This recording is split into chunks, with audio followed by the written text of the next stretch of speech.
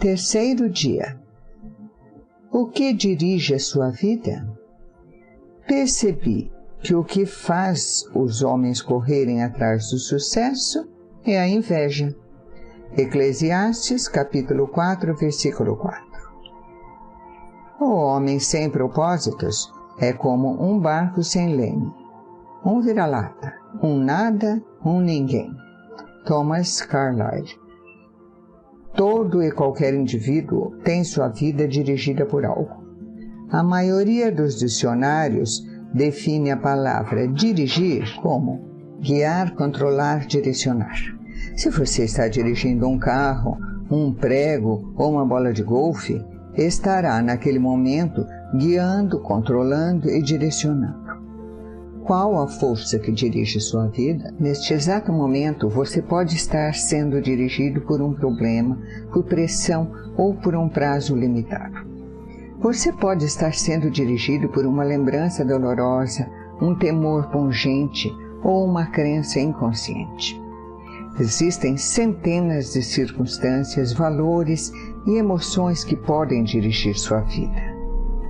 Eis aqui 5 das mais comuns. Muitos são dirigidos pela culpa. Tais pessoas passam a vida inteira fugindo do remorso e ocultando sua vergonha. Pessoas dirigidas pela culpa são manipuladas por suas lembranças. Elas permitem que seu passado controle seu futuro. Elas frequentemente culpam a si mesmas por sabotarem o próprio sucesso. Quando Caim pecou, sua culpa o fez cair da presença de Deus, e Deus disse: "Você será um fugitivo errante pelo mundo." Gênesis, capítulo 4, versículo 12. Isso descreve a maioria das pessoas hoje em dia, perambulando pela vida sem propósito. Somos produto de nosso passado, mas não temos de ser prisioneiros dele. O propósito de Deus não é restringido pelo seu passado. Ele tornou um assassino chamado Moisés em um líder, e um covarde chamado Gideão em um corajoso herói. Ele também pode fazer coisas maravilhosas com o resto de sua vida. Deus é especialista em dar às pessoas um novo começo. A Bíblia diz: "Como é feliz o homem que tem suas desobediências perdoadas e seus pecados cobertos." Salmos, capítulo 32, versículo 1. Muitos são dirigidos pelo rancor e pela raiva. Eles se apegam à mágoa sem jamais superá-las. Em vez de aliviarem sua dor através do perdão, revivem-na de contínuo em sua mente.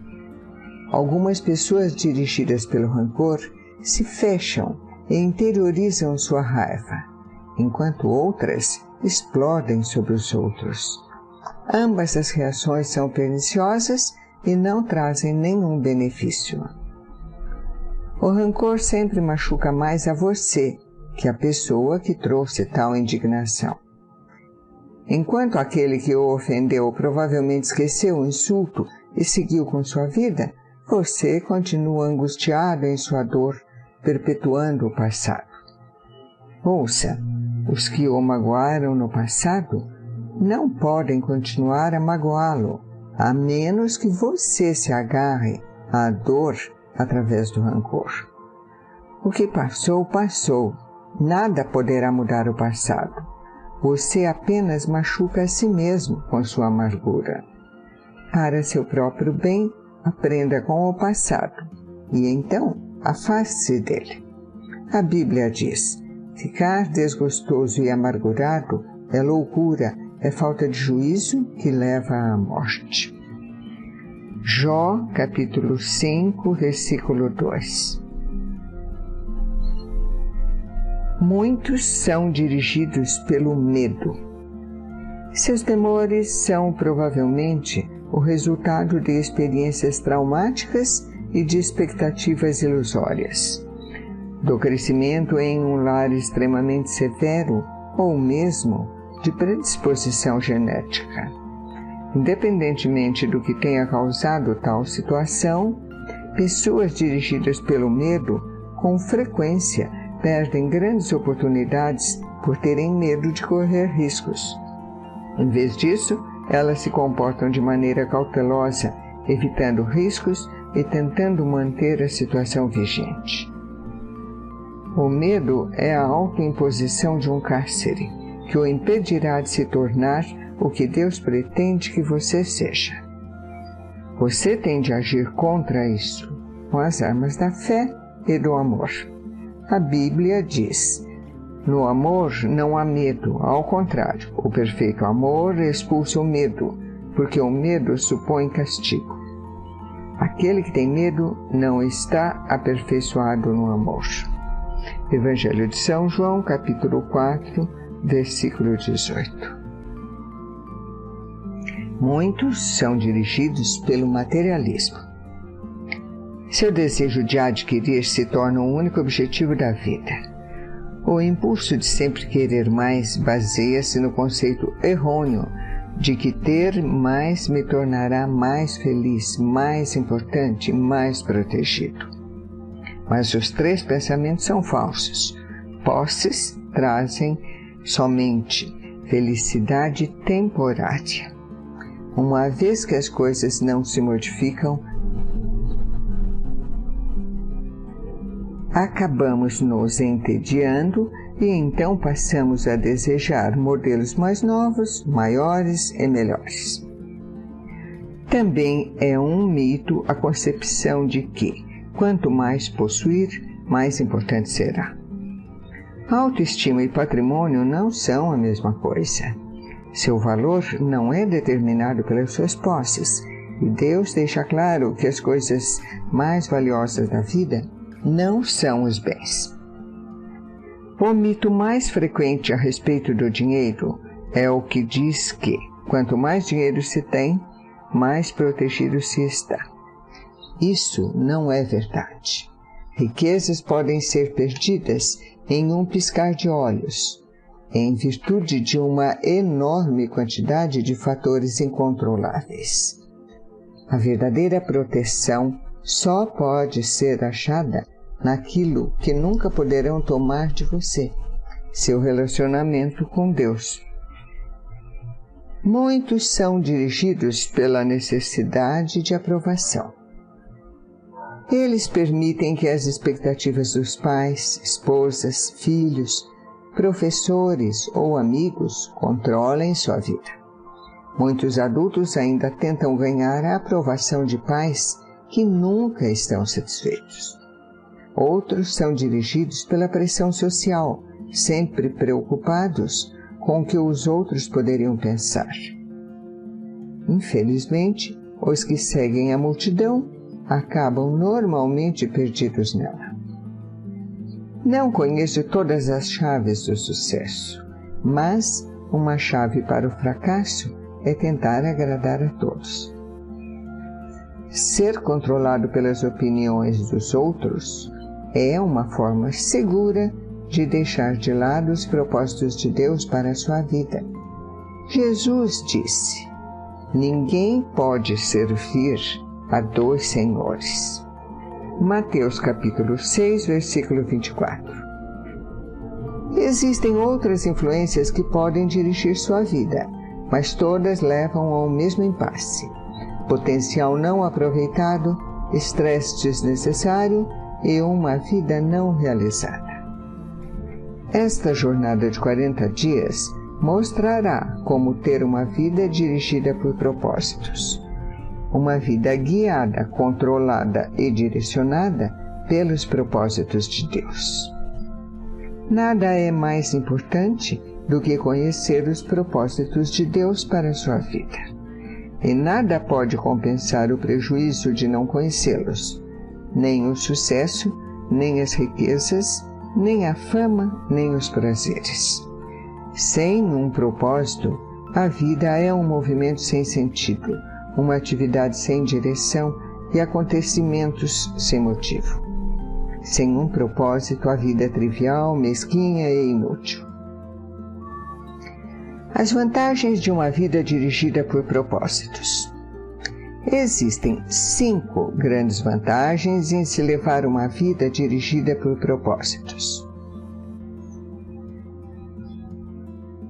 1. Conhecer o propósito de sua vida faz com que ela tenha sentido. Fomos feitos para ser importantes. É por isso que as pessoas usam métodos questionáveis como astrologia e psicologia para descobrir isso. Quando a vida faz sentido, você pode suportar quase tudo. Sem isso, tudo é insuportável. Um jovem na casa dos 20 anos escreveu: "Sinto-me um fracassado, pois luto para me tornar algo e nem ao menos sei o que. Tudo o que sei fazer é sobreviver. Algum dia, se eu descobrir o meu desígnio, sentirei que estou começando a viver." Sem Deus, a vida não tem nenhum propósito, e sem um propósito, a vida não tem significado. Sem um significado, a vida não tem relevância ou esperança. Na Bíblia, diversas pessoas expressaram sua falta de esperança. Isaías queixou-se: "Tenho me afadigado sem qualquer propósito, tenho gastado minha força em vão e para nada." Isaías capítulo 49, versículo 4. Jó disse: "Meus dias são vazios e sem esperança." Jó capítulo 7, versículo 6. E: "Detesto a vida, não quero mais viver. Deixa-me em paz, pois a minha vida não vale nada." Jó, capítulo 7, versículo 16. A maior de todas as crenças não é a morte, mas uma vida sem propósitos. A esperança é tão essencial para sua vida como o ar e a água. É preciso esperança para vencer. O Dr. Bernie Siegel descobriu que podia prever qual de seus pacientes com câncer apresentaria melhoras, ao perguntar: "Você quer viver até os 100 anos de idade?" Os que tinham profunda noção do propósito de sua vida respondiam sim, e eram aqueles com maiores probabilidades de sobrevivência. A esperança é gerada quando se tem propósitos. Se você tem se sentido sem esperança, não desista. Coisas maravilhosas acontecerão em sua vida quando você começar a viver com propósitos. Deus diz: "Porque sou eu que conheço os planos que tenho para vocês, diz o Senhor, planos de fazê-los prosperar e não de lhes causar dano, planos de dar-lhes esperança e um futuro." Jeremias capítulo 29, versículo 11. Você pode ter a sensação de estar enfrentando uma situação impossível, mas a Bíblia diz: "Pelo seu grandioso poder operando em nós, Deus é capaz de fazer muito mais do que nós jamais ousaríamos pedir ou mesmo imaginar, infinitamente além de nossas mais sublimes orações, anseios, pensamentos ou esperanças." Efésios capítulo 3, versículo 20. 2. Conhecer seu propósito simplifica a vida. Ele define o que você faz e o que você não faz. O propósito se torna o padrão pelo qual você avalia quais ações são essenciais e quais não são. Você simplesmente pergunta: "Este ato me ajuda a cumprir o propósito de Deus para a minha vida?" Sem um propósito claro, ficamos sem alicerce sobre o qual fundamentar decisões, destinar o tempo e empregar recursos. A tendência será tomar decisões com base nas circunstâncias, nas pressões do momento e no humor do dia. Quem não conhece seu propósito tenta realizar além do que deve, e isso causa estresse e fadiga, gerando conflitos. É impossível fazer tudo o que as pessoas querem que você faça. O seu tempo só é suficiente para fazer a vontade de Deus. Se você não consegue realizá-la por completo, significa que você está tentando fazer mais do que Deus pretendia que você fizesse. Ou possivelmente você está assistindo muito à televisão. Uma vida dirigida por propósito leva a um estilo de vida mais simples e a uma agenda mais equilibrada. A Bíblia diz: a vida vistosa e arrogante é vida vazia. A vida simples e comum é vida plena. Provérbios, capítulo 13, versículo 7. Isso também leva à paz de espírito. Tu, ó Senhor, dás paz e prosperidade às pessoas que têm uma fé firme, às pessoas que confiam em Ti. Isaías, capítulo 26, versículo 3. 3. Conhecer seu propósito direciona a sua vida. Isso faz que seus esforços e energias se concentrem no que é importante. Você se torna eficiente ao ser seletivo. Faz parte da natureza humana distrair-se com assuntos de menor importância. Fazemos de nossa vida um jogo qualquer de passatempo. Henri David Thoreau observou que as pessoas vivem em um desespero silencioso. Mas hoje, uma melhor descrição seria distração sem objetivos. Muitas pessoas são como giroscópios, girando em um ritmo frenético, sem jamais chegar a lugar algum. Sem um propósito definido, você continuará a alterar seus rumos, empregos, relacionamentos, igreja e outras circunstâncias externas, na esperança de que cada mudança solucione a confusão ou preencha o vazio de seu coração. Você pensa: talvez seja diferente desta vez. Mas isso não resolve o verdadeiro problema, uma falta de foco e de propósito. A Bíblia diz: não viva descuidadamente e impensadamente. Certifique-se de que você compreende o que o Mestre quer. Efésios capítulo 5, versículo 17. A capacidade de focalização pode ser verificada na luz. A luz difusa tem impacto e energia reduzidos, mas você pode concentrá-la ao focalizá-la. Com uma lente de aumento, os raios do sol podem ser direcionados a fim de atear fogo à grama ou a um pedaço de papel.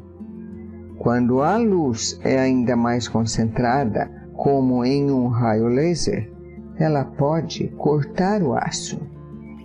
Não há nada tão potente como uma vida direcionada, que é vivida com um propósito. Os homens e mulheres que mais influenciaram a história foram os mais concentrados numa direção. O apóstolo Paulo, por exemplo, difundiu o cristianismo no Império Romano, praticamente sozinho. Seu segredo era uma vida direcionada. Ele disse: eu estou concentrando minhas energias unicamente nisto, esquecer o que já passou e avançar para o que está à minha frente. Filipenses capítulo 3, versículo 13. Se você quer que sua vida tenha impacto, focalize-a. Deixe de ser inconstante. Pare de tentar fazer de tudo. Faça menos. Corte até mesmo as boas atividades e faça somente o que for mais importante. Nunca confunda a atividade com produtividade. Você pode estar ocupado sem ter um propósito, mas para quê? Paulo disse: aqueles de nós que almejam tudo o que Deus tem para nós, fiquem concentrados nesse alvo. Filipenses capítulo 3, versículo 15. 4. Conhecer seu propósito estimula sua vida. O propósito sempre produz entusiasmo. Nada traz mais vigor do que um propósito claro. No entanto, A paixão se esvai quando falta um propósito. Até mesmo levantar-se da cama se torna um fardo. E normalmente o trabalho sem sentido, e não o excesso de trabalho, que nos esgota, solapa nossas forças e rouba nosso prazer. George Bernard Shaw escreveu, abre aspas, esta é a verdadeira alegria da vida, ser usado por um propósito reconhecido por você mesmo como digno. Ser uma força da natureza, em vez de um exaltado e egoísta amontoado de ressentimentos e frustrações, sempre reclamando que o mundo não se devota a torná-lo feliz. Fecha aspas. 5. Conhecer seu propósito o prepara para a eternidade. Muitas pessoas passam a vida tentando criar um legado a ser deixado sobre a terra. Elas querem ser lembradas quando partirem. Entretanto, o que em última análise mais importa não é o que os outros dizem sobre sua vida, mas o que Deus diz. O que as pessoas não percebem é que todas as realizações acabam sendo superadas, recortes são quebrados, reputações desvanecem e homenagens são esquecidas. Na faculdade, a meta de James Dobson era ser o campeão de tênis da instituição. Ele sentiu-se orgulhoso quando seu troféu foi posto em um local de destaque na sala de troféus da faculdade. Anos mais tarde, alguém enviou-lhe o troféu pelo correio. Eles o haviam achado em uma lata de lixo quando a escola foi reformada. James disse, no devido tempo, todos os seus troféus serão jogados no lixo por alguém. Viver para criar um legado na Terra é um objetivo tacanho.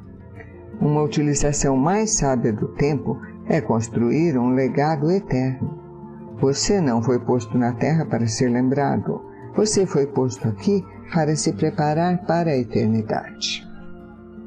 Chegará o dia em que você estará diante de Deus e Ele fará uma auditoria em sua vida, um exame final antes que você entre na eternidade. A Bíblia diz, lembrem-se, cada um de nós estará pessoalmente diante de Deus para ser julgado por Ele. Sim, cada um de nós terá de prestar contas de si mesmo a Deus. Romanos capítulo 14, versículo 10b, 12. Felizmente, Deus quer que passemos neste teste. Por isso, Ele nos passou as perguntas antecipadamente. A partir da Bíblia, podemos supor que Deus nos fará duas perguntas fundamentais. Primeira, o que você fez com meu filho, Jesus Cristo? Deus não irá perguntar sobre seus antecedentes religiosos ou visões doutrinárias. O único ponto importante será: você aceitou o que Jesus fez por você? Aprendeu a amá-lo e a confiar nele? Jesus disse, eu sou o caminho, a verdade e a vida. Ninguém vem ao Pai a não ser por mim. Evangelho de São João, capítulo 14, versículo 6. Segunda, o que você fez com o que eu lhe dei? O que você fez com sua vida? Todas as dádivas, talentos, oportunidades, energia, relacionamentos e recursos que Deus lhe deu? Você os gastou consigo mesmo ou os utilizou para os propósitos que Deus lhe deu? Prepará-lo para essas duas perguntas é o objetivo deste livro. A primeira vai determinar onde você passará a eternidade. A segunda determinará o que você fará na eternidade. Ao terminar este livro, você estará pronto para responder a essas duas perguntas. Terceiro dia, pensando sobre o meu propósito. Um tema para reflexão. Viver com um propósito é o caminho para a paz. Um versículo para memorizar. Tu, ó Senhor, dás paz e prosperidade às pessoas que têm uma fé firme. às pessoas que confiam em ti. Isaías capítulo 26, versículo 3. Uma pergunta para meditar. A opinião de minha família e de meus amigos é a força que dirige minha vida? Que força quero que dirija minha vida?